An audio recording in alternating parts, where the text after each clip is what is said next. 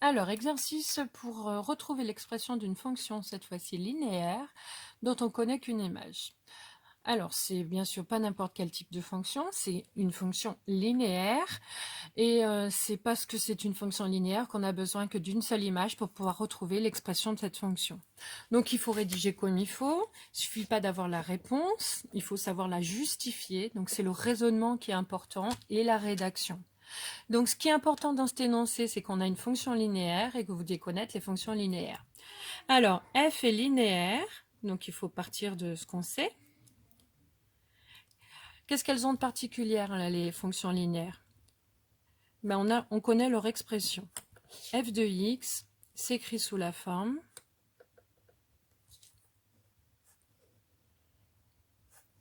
f de x égale à x plus b. À x, pardon.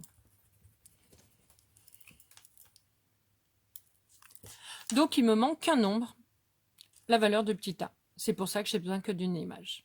Alors, comment faire pour trouver cette valeur? Il faut revenir à mon expression là. Comme je connais cette expression là, je peux remplacer le x par 3 puisqu'on me donne l'image de 3. Donc, on remplace le x par 3. Du coup, j'obtiens a fois 3, qui s'écrit 3. Je ne peux pas aller au-delà de mon calcul puisque je ne connais pas la valeur de a, c'est ce que je cherche. Du coup, comment faire pour avoir cette valeur? Je reviens à mon énoncé. L'image de 3, mais moi je sais que ça fait moins 5.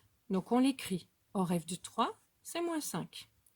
Donc vous voyez ici, on a une double égalité en fait, puisque les membres de gauche sont égaux.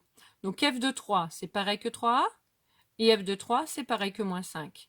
Ça veut dire que 3a égale moins 5, et c'est aussi égal à f de 3. Donc là, il y a un mot de logique qui est très important. C'est parce que j'ai écrit ces deux lignes. Et vous voyez que vous êtes obligé de les écrire, ces deux lignes. Même si ça, c'est donné dans l'exercice, si vous ne le rappelez pas, on ne comprend pas le rapport cause-conséquence. C'est vraiment parce que j'ai écrit les deux que je vais pouvoir en déduire. Donc ça, il faut que ce soit un mot de logique qui rappelle un rapport de cause-conséquence. Donc, d'où, ainsi, qui sont totalement équivalents.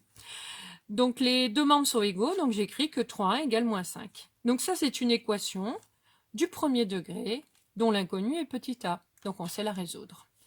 Alors, le but, c'est d'isoler donc notre inconnu dans un seul membre, ici le membre de gauche. Pour l'instant, il est avec le nombre 3, que je ne veux plus, donc il faut l'enlever.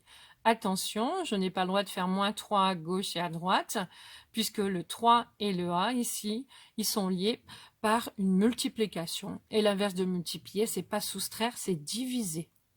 Donc, je divise par 3 à gauche. Si je divise par 3 à gauche, je divise par 3 à droite. Ça me sert à simplifier par 3. Ici, il me reste le a et le 5 tiers, moins 5 tiers. Voilà. Donc, j'ai trouvé la valeur qui me manquait dans l'expression de ma fonction f. Donc, on peut conclure ainsi.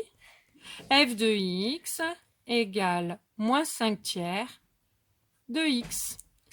J'ai retrouvé l'expression de ma fonction linéaire. Alors, on peut faire le même genre de raisonnement avec des fonctions un peu plus complexes, qui sont les fonctions affines. Simplement, l'expression d'une fonction affine, c'est f de x égale à x plus b. Donc, j'ai deux nombres à trouver. Si j'ai deux nombres à trouver, il me faudra deux images. C'est ce qu'on verra après. Et puis, si j'avais d'autres types de fonctions, vous les verrez, ceux qui iront au lycée général, par exemple les fonctions du second degré.